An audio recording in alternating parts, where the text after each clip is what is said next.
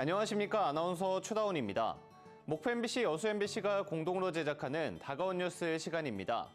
이번 주에는 최근 쌀쌀한 날씨에 독감 환자로 병원이 북새통을 이루고 있다는 소식과 함께 반려견과 함께하는 이색 운동회가 F1 서킷에서 처음 열렸다는 소식 등을 준비했습니다. 함께 보시죠.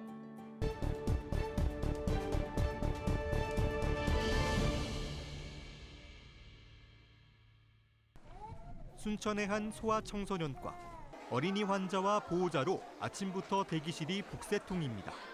대부분 기침과 코막힘, 고열 등 감기와 함께 독감 증상을 호소합니다. 접수하는데도 긴 줄이 생겼습니다. 병원 문 열기 전부터 기다리는 건 기본입니다. 일요일부터 열이 났고 독감 판정 받았는데도 계속 열이 안 떨어져가지고. 언제부터 오셔가지고? 새벽 4시요. 지금 아침 할아버지가 6시에 번호표 뽑고. 최근 쌀쌀하고 건조한 날씨 속에 어린이와 청소년을 중심으로 독감이 빠르게 번지고 있습니다. 질병관리청은 지난달 17일부터 독감 유행주의보를 발령했는데 지난해보다 2달 이른 시점입니다. 보건당국은 올겨울 독감 유행이 최근 10년 사이 최대 수준에 이를 것으로 내다봤습니다. 예방접종에 나서는 어르신, 어린이, 청소년도 늘고 있습니다. 이전에 독감 맞고 이상 반응 있었던 적 있으세요? 없습니다. 독감 예방을 위해서는 무엇보다 개인 위생을 철저히 하고 가까운 병원과 보건소를 찾아 예방접종을 하는 게 중요합니다. 외출하고 돌아왔을 시는 손 씻기 등 기본적인 개인 위생 수칙이 중요하다고 생각합니다. 그리고 아직까지 접종을 안 하신 분들은 지금 가까운 병원에 가셔서 예방접종 받기를 권고드립니다. 보건당국은 독감 백신이 몸 안에 항체를 형성하는데 2주가 걸린다며 이번 달까지는 접종을 마쳐달라고 당부했습니다. MBC 뉴스 유민호입니다.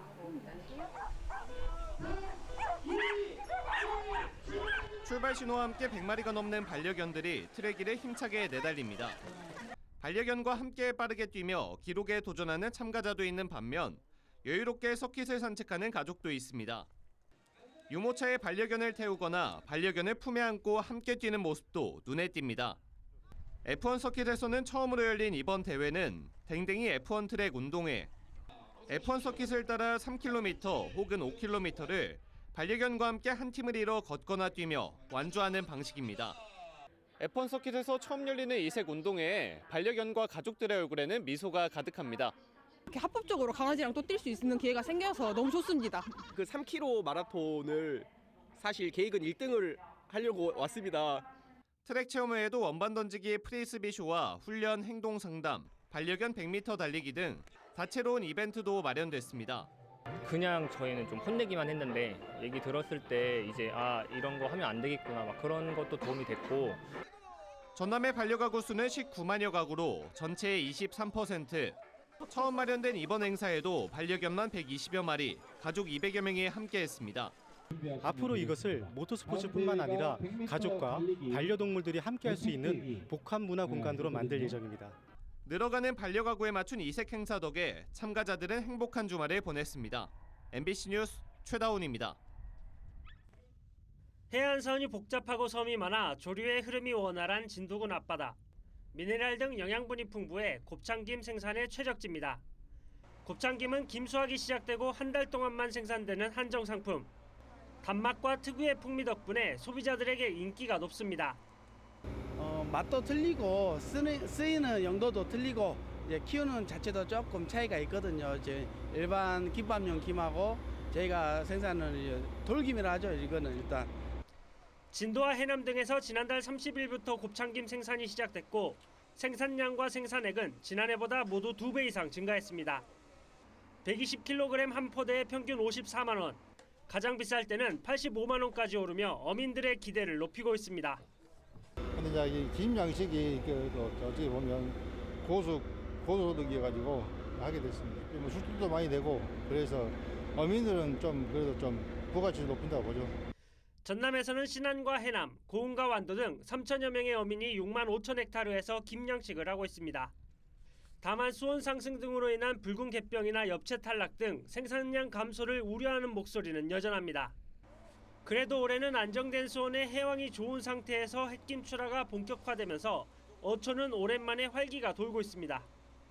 MBC 뉴스 박종호입니다.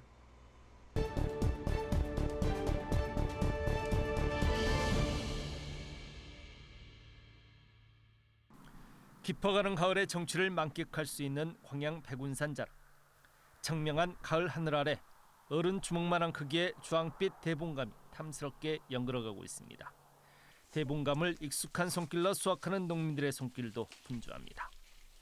올해 유난히도 날씨가 덥고 비도 많이 왔는데 좋은 과일이 이렇게 감이 많이 연그러져 가지고 너무너무 기분이 좋습니다. 올해 광양 지역 대봉감 작황은 지난해 대비 다소 감소할 것으로 보입니다.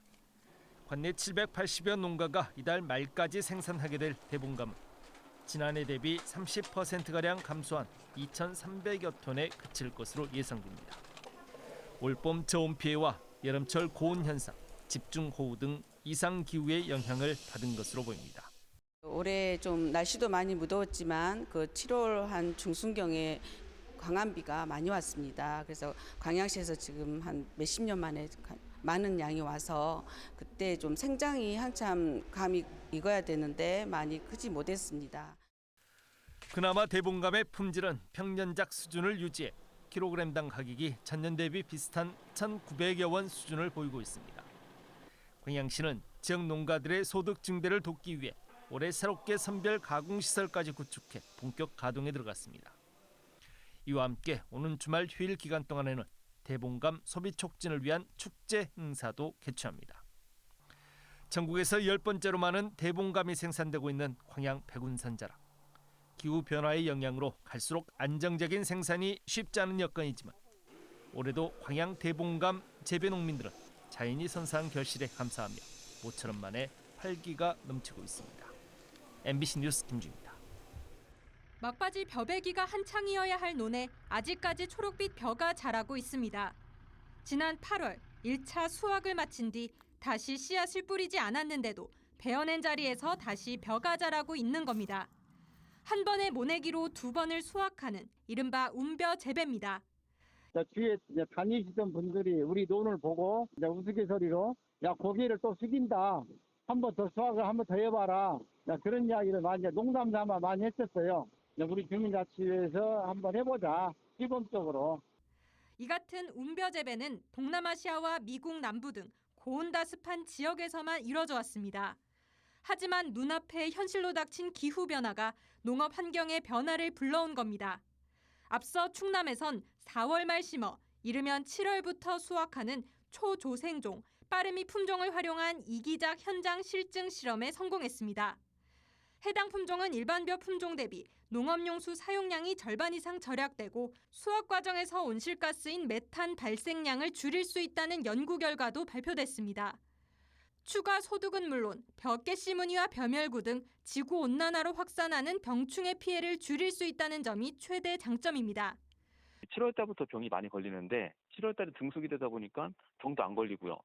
수확한 다음에는 8월, 9월 달에도 병이 하나도 안 걸리고 병해충 제로화 실현이 가능한 장점이 있습니다.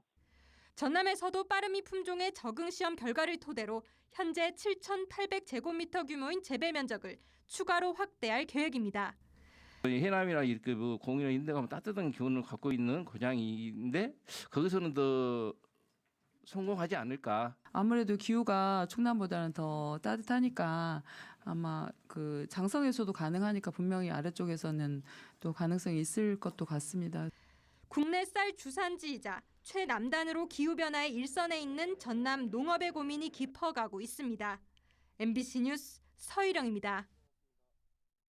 여수 거문도를 오가는 쾌속선 하메로 측이 최근 여수시에 보낸 공문입니다. 월 1억 원이 넘는 적자로 심각한 경영난을 겪고 있다며 대책 마련을 요구했습니다. 개선 방안이 마련되지 않으면 다음 달 15일부터 운항을 중단할 수밖에 없다는 내용도 담겼습니다. 지난해 취항해 여수 거문도를 편도 2시간대로 오가며 주민들의 불편을 크게 줄인 하메로. 선사 측은 여수시가 협약을 지키지 않았다고 주장합니다. 당초 협약과 다르게 감가상각비 10억 원은 받지 못했고 2차 보전금이 운항 결손액에 포함되면서 17억 원만 지원됐다는 겁니다. 각 항목별 지급을 위해 조례까지 개정해 놓고도 여수시가 이를 위반하고 있다고 지적했습니다. 이 적자를 지속적으로 감내하기는 대단히 어려운 상황입니다. 그리고 이러한 적자의 발생 원인이 운항에 있어서 문제라기보다는 당초 협약을 준수하고 있지 않는 여수시의 책임이라고 할 수 있습니다. 여수시는 운항 결손액 안에 2차 보전금은 물론 감가상각비도 포함됐다며 별도로 지급하는 건 중복 지원이라고 말했습니다. 또 선사 측이 운항을 중단할 때 협약 위반이라고 보고 법률적 검토를 통해 강력히 대응하겠다고 밝혔습니다. 거문도는 전남다도의 최남단이자 국토 외곽의 먼 섬이지만 주민들의 이동권은 물론 해양 경계와 국토 방위 차원에서도 중요한 전략 거점입니다. 하지만 그동안 줄리아 아쿠아호, 웨스트 그린호 등 민간 선사들이 잇따라 적자 등을 이유로 해당 노선 운항을 포기하고 있습니다.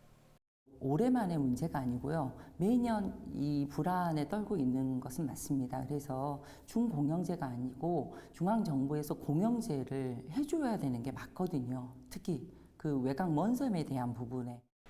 여수시의 대표 항로인 여수 거문도 항로가 선사와 여수시와의 갈등으로 멈춰설 위기에 놓여 있습니다. 여수시는 선박 운항이 멈출 경우 대체 선박을 투입해 피해를 최소화하겠다고 밝히고 있지만 운항 중단을 막기 위한 보다 근본적인 대책이 마련되지 않는 한 섬 주민들의 피해는 또다시 반복될 것으로 보입니다. MBC 뉴스 최양지입니다.